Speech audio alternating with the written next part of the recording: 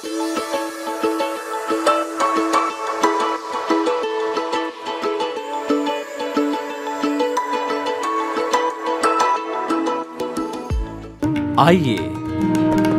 सुनिए, देखिए, समझिए सनातन सत्य।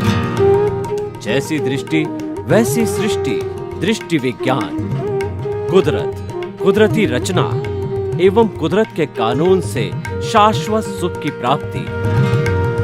जोधपुर के परम पूज्य महात्मा उपासक प्रोफेसर डॉक्टर सोहन राज तातेड़ के निर्देशन में सनातन सत्य। जैसी दृष्टि वैसी सृष्टि, दृष्टि विज्ञान।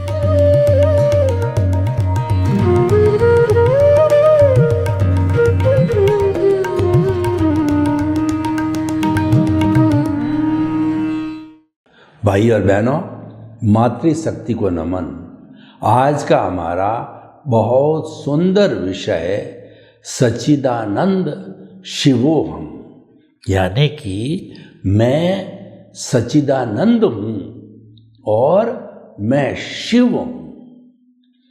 सच्चिदानंद का अर्थ होता है कि सत्य, चित्त और आनंद। सत का मतलब अविनाशी, जो कभी विनाश नहीं होता, और चित्त का मतलब ज्ञान दर्शन वाला, और आनंद जिसका लक्षण है।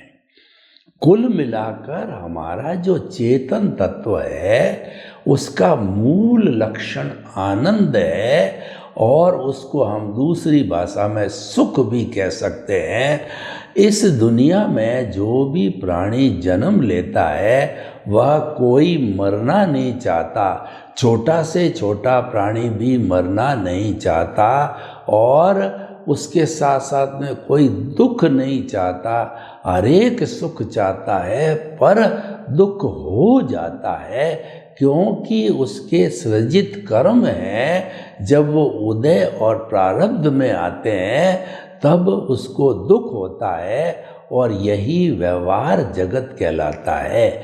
जिस व्यवहार जगत, खुली आँख के जगत के अंदर हम जी रहे हैं, इस जगत में हमारे रिश्ते हैं, नाते हैं, माता है, पिता है, भाई है, बेटे हैं, सारे हैं। और ये जो है वो हमारा भुगतान है।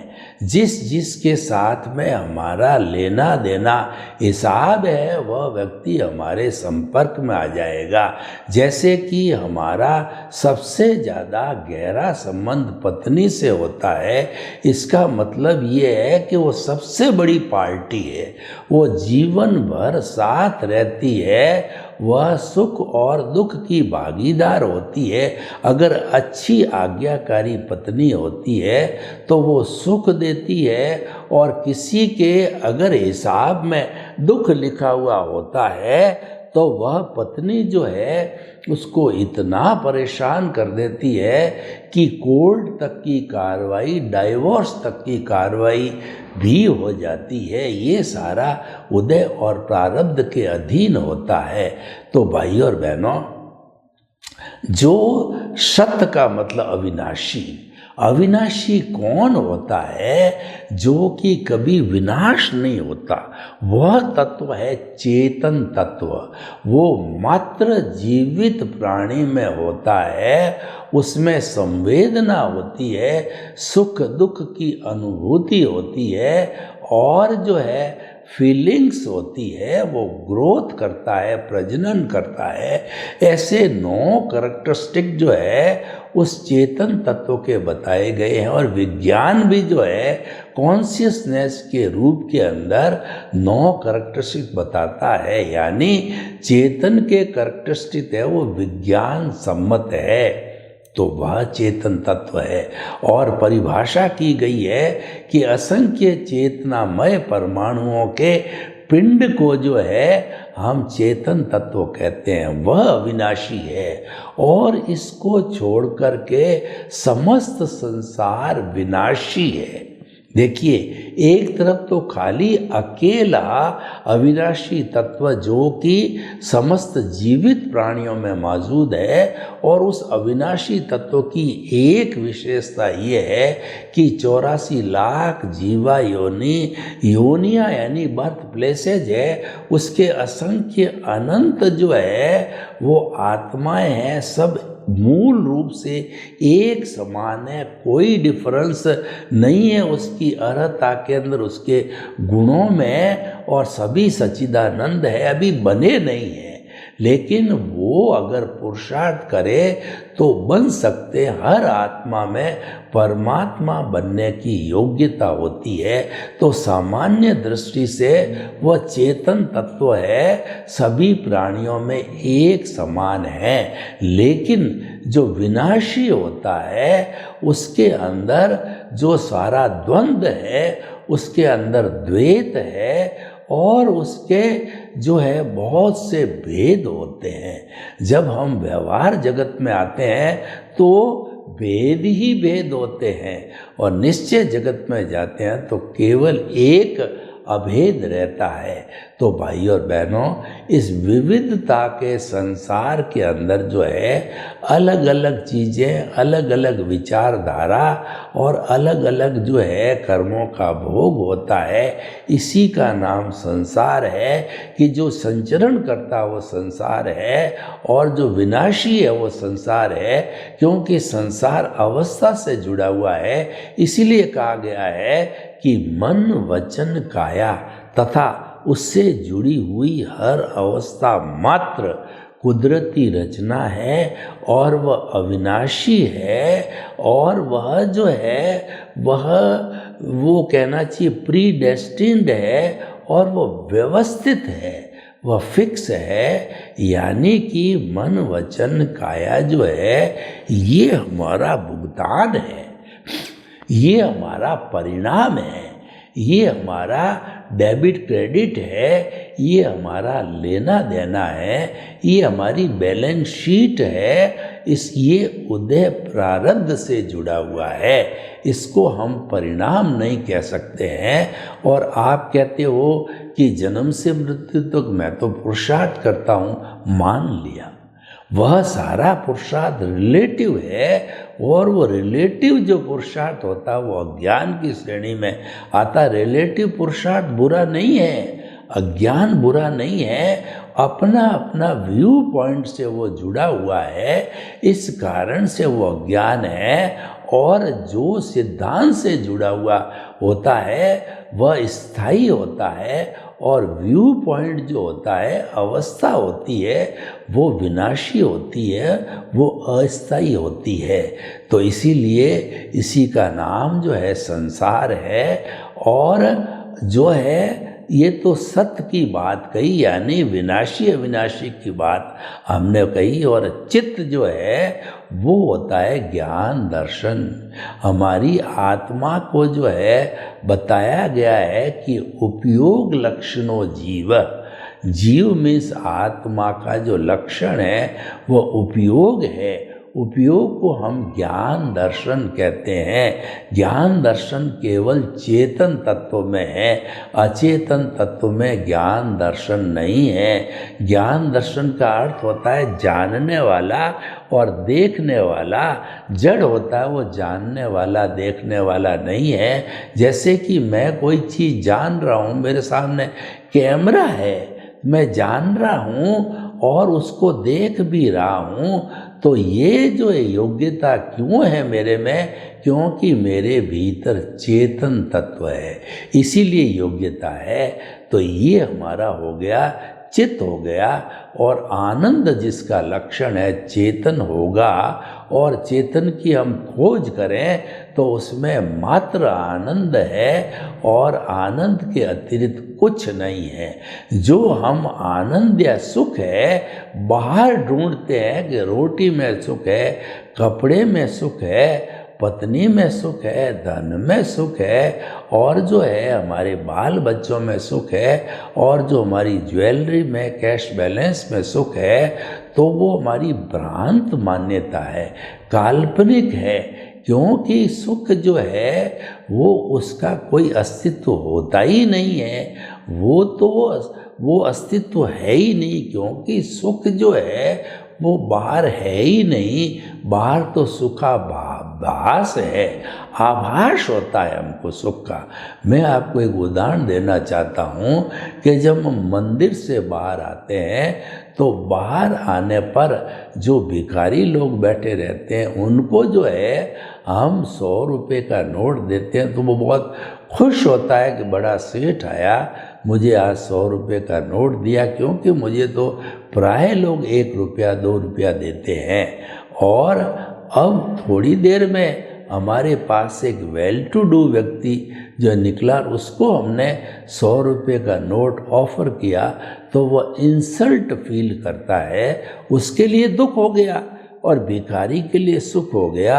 एक जो है डायबिटीज़ का पेशेंट है, उसके लिए जो मिठाई है वह जहर है, और जो व्यक्ति स्वस्थ है बिना डायबिटीज़ का, उसके लिए वह मिठाई एक टॉनिक की तरह है। तो देखिए मिठाई एक ही है, पर एक के लिए सुख है, दूसरे के लिए दुख है। तो इस तरीके से सुख और दुख निरी कल्पनाएं हैं, इसका कोई अस्तित्व नहीं है। सुख तो हमारे भीतर है, क्योंकि वो आत्मा का लक्षण। एक दूसरा मृग तृष्णा का उदाहरण आपको और देते हैं कि हिरण होता है, उसकी नाभि के अंदर कस्तूरी होती, तो कस्तूरी की महक जो है इतनी फूटती है कि वह हिरण देखता है कि ये महक जो है चारों तरफ कहाँ से आ रही है, उसको ज्ञान नहीं है।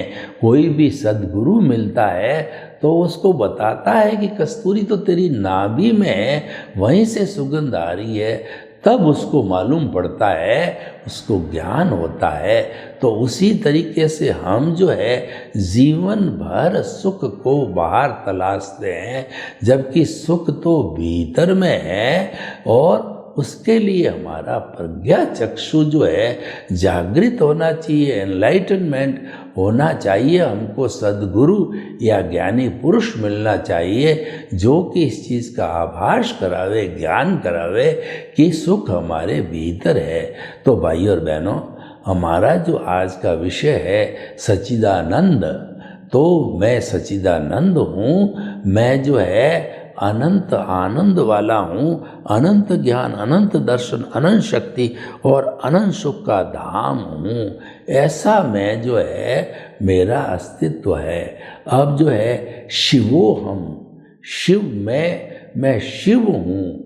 शिव का मतलब कल्याणकारी होता है, यानी कि जो है मैं सबका कल्याण करने वाला होता हूँ।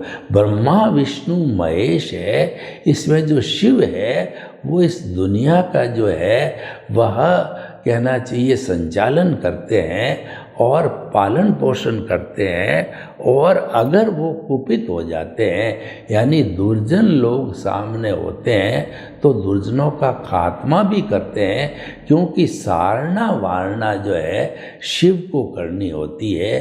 तो शिवो हम का मतलब हो गया मैं सृष्टि को जो है संतुलित रखने वाला शिव हूँ। तो देखिए कि ये शिव जो है होने से कल्याण करने वाला होता है, हमारा भी कल्याण हो और दुनिया के सब लोगों का भी कल्याण हो। सर्वे भवन्तु सुखिनः सर्वे सन्तु निरामया। लोक के जीवों को सुख मिले, शांति मिले, आनंद मिले, प्रेम मिले, सौहार्द मिले, और सभी जो है हम बड़े प्रेम के साथ के अंदर अपना जीवन यापन करें, ऐसी भावना शिवोहम के अंदर होती है।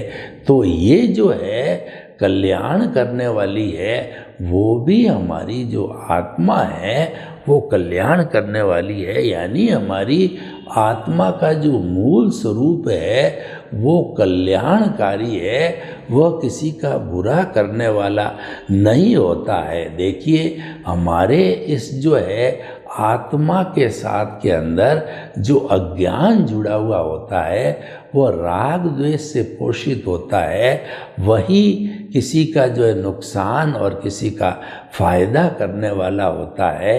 इसीलिए कहा गया है कि ज्ञान का नाश ही सच्चा नाश है, ज्ञान का त्याग ही सच्चा त्याग है।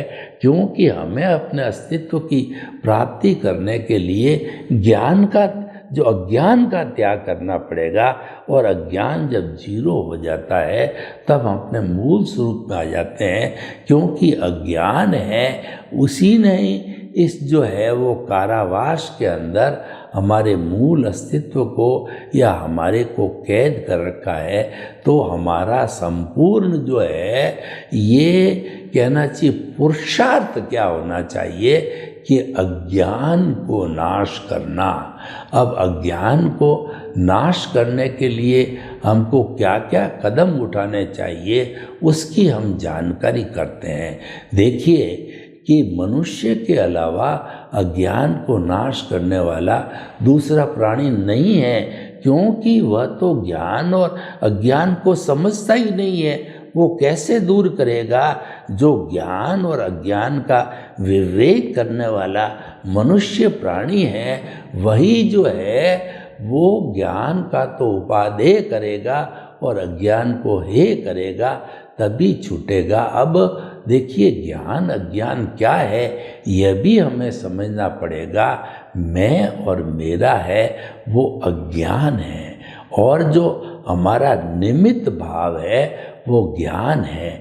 यानी कि जब हम अपने साथ में आई प्लस माई है, वो अज्ञान है। यानी कि आई प्लस अज्ञान इज इक्वल टू बद्ध आत्मा, और आई माइनस अज्ञान इज इक्वल टू शुद्ध आत्मा। तो शुद्ध आत्मा को बनाने के लिए आई और माई जो है ये दोनों अज्ञान है। आई माई का मतलब मिथ्या ज्ञान, मिथ्या दर्शन। तो मिथ्या ज्ञान क्या है कि ये शरीर मेरा है, मेरा घर, मेरे धन, मेरी दौलत, मेरा परिवार, मेरा पद, मेरा प्रतिष्ठा, और जो है ये सारा जो है वो अज्ञान है और उसके मिथ्या ज्ञान है। और जो जितना भी ये शरीर है, मन वचन काया है, उसका संचालक मैं हूँ, उसको चलाने वाला मैं हूँ। मेरी जो है इजाज़त से मेरे द्वारा ये संचालित होता है। तो ऐसी जो भावना होती है वो जो है मिथ्या दर्शन कहलाता है। तो मिथ्या ज्ञान और मिथ्या दर्शन जो है ये दोनों, और मोहनीय कर्म तीसरा होता मोहनीय कर्म। मिथ्या ज्ञान का संबंध ज्ञानावर्णीय कर्म से है, मिथ्या दर्शन का संबंध दर्शनावर्णीय से है, और मोहनीय का जो कर्म, मोहनीय कर्म जो है वह मोहनीय कर्म जो है उसके कारण जो है वो होता है हमारा ऑनरशिप और डूअरशिप से। तो उसका जो संबंध है ऑनरशिप से डूअरशिप के साथ में है। तो ये तीनों जो है हमको जो है अपने स्वरूप को प्राप्त करने में रुकावट डालते हैं। तो उसकी जगह हमें सम्यक ज्ञान, सम्यक दर्शन और जो है वह सम्यक तप और सम्यक चारित्र को प्राप्त करना पड़ेगा। सम्यक ज्ञान की प्राप्ति करने के लिए हमारे को जो है अकर्ता बनना पड़ेगा, निमित्त बनना पड़ेगा। और निमित्त को प्राप्त करने के लिए हमको सद्गुरु का मिलना जरूरी है। हमारे जो है भाग्योदय के बिना हमारा निमित्त की मानसिकता नहीं बन सकती। अगर हमारा भाग्योदय है तो हमें सद्गुरु मिलेगा, और वह सद्गुरु जो है हमारा जो है कहना चाहिए कर्ता पद को जो है वो हमेशा हमेशा के लिए समाप्त करके एनलाइटनमेंट जागृत करते हमको निमित्त बना देगा। तो हम जब निमित्त बन जाते हैं तो उसके साथ साथ के अंदर निमित्त, निर्दोष, अकर्ता और शुद्ध आत्मा, ये चारों चीज़ें, चारों भावनाएं ये साथ ही आ जाते हैं। और जैसे कि हमारी जो चंडाल चौकड़ी है कि क्रोध, अहंकार, माया, लोभ, ये भी साथ रहते हैं। एक को एंट्री दे दो तो तीनों बैक डोर से आ जाते हैं। तो उसी तरीके से हमने निमित्त को इनवाइट किया, तो निमित्त के साथ में निर्दोष, अकर्ता और शुद्ध आत्मा जुड़े हुए हैं। क्योंकि जो व्यक्ति निमित्त होगा वो जो है वो हमारे इस कुदरत के कानून में विश्वास करने वाला होगा। जो वो विश्वास करेगा तो विश्वास करने के साथ साथ जो है वह जो उसके विश्वास के साथ साथ में जो उसको हर एक प्राणी, दुनिया के प्राणी को वो निर्दोष मानेगा। क्योंकि कोई प्राणी उसके संपर्क में आया है वो स्वतंत्र रूप से वो आ नहीं सकता, उसको तो कुदरत ही भेज सकती है। देखिए इस दुनिया में 7.8 अरब की जनसंख्या है। हम आपको बताना चाहते हैं कि क्या सारे लोग हमारे संपर्क में आते हैं? नहीं, हमारे संपर्क में वही आते हैं जिसके साथ हमारा हिसाब बाकी होता है, कुछ लेना देना बाकी होता है, वही आता है। कोई व्यक्ति हमारे में पैसे मांगता है तो वो हमारे घर आकर के बैल बजाएगा और हम कहते हैं सप्ताह भर बाद आना, तो सप्ताह भर फिर बैल बजाएगा।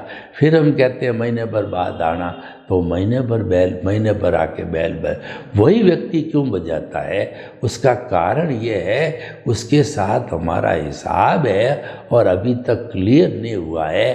किसी कमरे में 5 लोग सो रहे हैं और वो कमरा मच्छरों से भरा हुआ है, तो उसमें 4 लोग तो खुर्राटे ले रहे हैं, अच्छी नींद पा रहे हैं, और 5वां व्यक्ति जो है वो बेचारा, उसको मच्छर काट काट के वह हैरान हो गया, उसकी नींद खराब हो गई।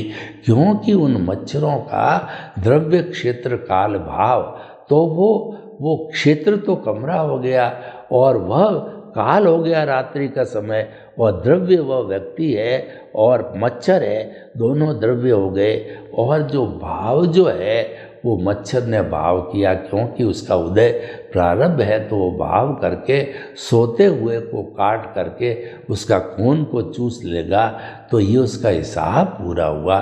तो ये द्रव्य क्षेत्र काल भाव के अधीन नियंत्रित होता है और ये सारा उदय और प्रारब्ध होता है जो कि व्यवस्थित होता है और वो मैकेनिकल मोड से चलता है और ये इसकी मालिक कुदरत होती है। तो कहने का अर्थ होता है कि परिणाम में हम स्वतंत्र हैं और जो है हमारे भाव पक्ष होता है उसमें हमारी आत्मा स्वतंत्र है, क्योंकि आत्मा पर जो है जड़ के और सृष्टि के नियम लागू नहीं होते हैं और सृष्टि पर आत्मा का नियम लागू नहीं होता है, क्योंकि वो चेतन है। चेतन के नियम अलग है, जड़ के नियम अलग है। चेतन सूक्ष्म है, उसकी कार्य पद्धति अलग है, और जड़ स्थूल है, उसकी कार्य पद्धति अलग है। तो हम जो है वो अपने भाव जगत में जा सकते हैं, यानी कि हमारा जो भीतरी जगत है उसके अंदर हम जा सकते हैं। वहाँ पे हमारा रियल पुरुषार्थ होता है, वो हमारा आध्यात्मिकता का जगत है, वो हमारा प्रज्ञा का जगत है। और वो जगत तब चालू होता है कि जब हम संसार में भटकते भटकते कभी हमारे को अच्छा गुरु मिल जाता, जब वो रास्ता बनता है। कहा गया है कि गुरु गोविंद दाऊ खड़े और काके लागू पाए, बलिहारी गुरु आपने और गोविंद दियो बताए। गुरु और ईश्वर दोनों खड़े हैं, तो पहले हम गुरु का चरण स्पर्श करते हैं कि उन्होंने हमको रास्ता बनाया, उससे हमको भगवान की यानी हमारे स्वरूप की स्मृति हो गई। पर वो रास्ता तो गुरु बताता है, तभी हमको प्राप्ति होती है। तो भाई और बहनों, हम आपको बताना चाहते हैं कि ये सारी स्थिति तब आती है जब हमारा एनलाइटनमेंट होता है, जब हमारा ज्ञान होता है, जब हम अंतरात्मा बनते हैं।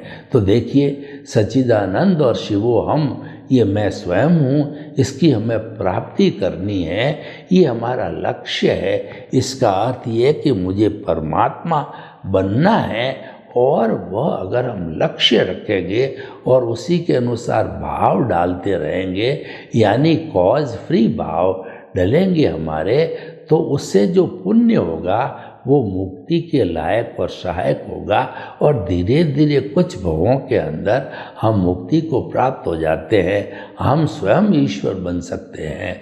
तो भाई और बहनों, ये सच्चिदानंद शिवो हम बनने की सारी प्रक्रिया है। इस प्रक्रिया को हम अपने मनुष्य जीवन में ये लक्ष्य बनावें तो ये प्रक्रिया बन सकती है।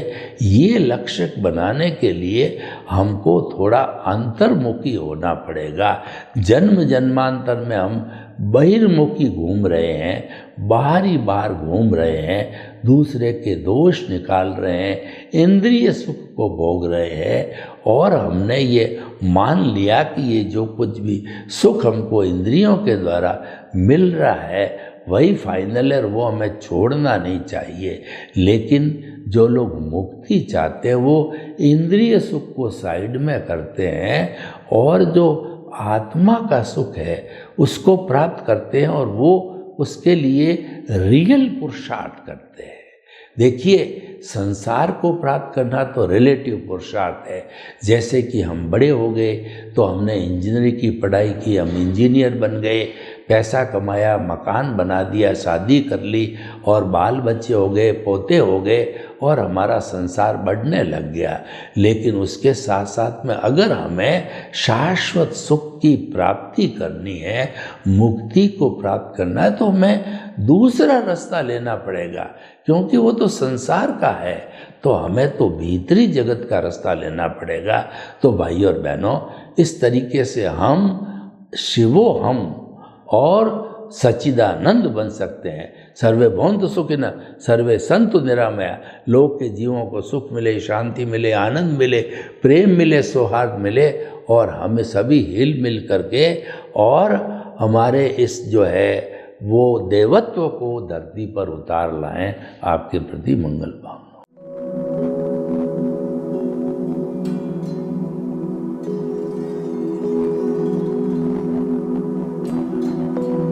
एक ऐसा अंतर्राष्ट्रीय ख्याति प्राप्त मानव जो गुरु प्रेरणा से पिछले 20 वर्षों से वानप्रस्थ जीवन जीते हुए 24 घंटे मानवता की सेवा में संलग्न है।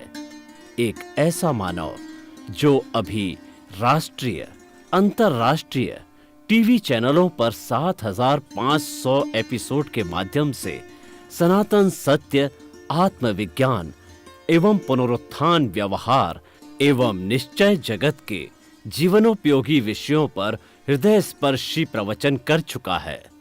उस मानव का नाम है महात्मा उपासक प्रोफेसर डॉक्टर सोहन राज तातेड़। प्रोफेसर तातेड़ द्वारा योग, दर्शन, शिक्षा विषयों पर रचित पीएचडी स्तर के 250 शोध ग्रंथ भारत के 100 प्रतिष्ठित विश्वविद्यालयों में शोधार्थी पढ़ रहे हैं तथा वे सभी शोध ग्रंथ वहां की सेंट्रल लाइब्रेरियों में उपलब्ध हैं।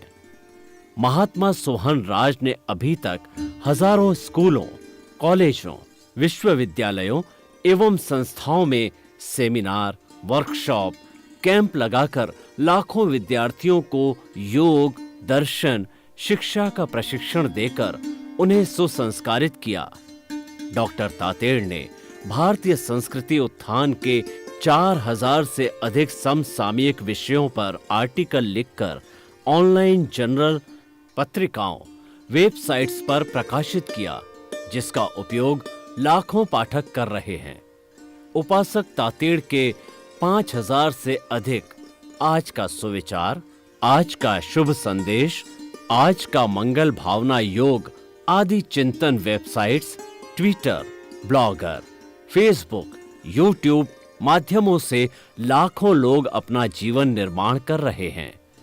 मानवता के मसीहा ऐसे महामानव महात्मा सोहन राज तातेड़ के प्रोफाइल को अभी तक विश्व के 20 लाख दर्शक यूट्यूब पर, 12 लाख गूगल पर एवं लाखों दर्शक फेसबुक, ब्लॉगर, ट्विटर और इंस्टाग्राम पर देख चुके हैं।